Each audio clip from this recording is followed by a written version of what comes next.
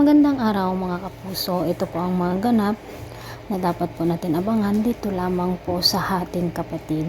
Dahil nga po dito kay Jacinta, nalaman na nga po ni Tyron at Talia na buhay nga ang kanilang ama mga kapuso. At hindi nga alam ni Rosel kung ano ang isasagot niya dito sa dalawang bata. Magsisimula na ngang mag-imbestiga ang dalawang bata at aalamin kung sino nga ba ang kanilang ama mga kapuso.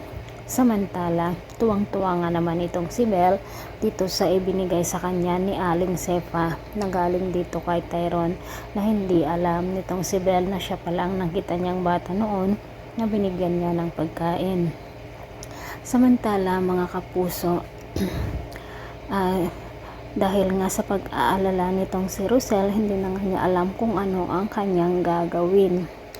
At naikwento na nga rin ang kaibigan ni Rosel na asawa ng kumadro na nagpaanak sa kanya na mayroon ngang anak na kambal itong si Rosel mga kapuso.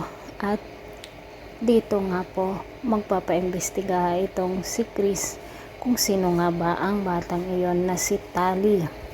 Mga kapuso, hanggang kailan kaya maitatago ni Rosel dito kina Tyron at Tali ang tungkol dito kay Chris, at hanggang kailan din naman kaya maitatago ni Chris kay Belle ang tungkol dito sa tunay niyang nanay na si Rosel, na siya pala ay ang tunay niyang ama. Pakaabangan po natin. Maraming salamat sa walang sawang pagsubaybay. Bye bye.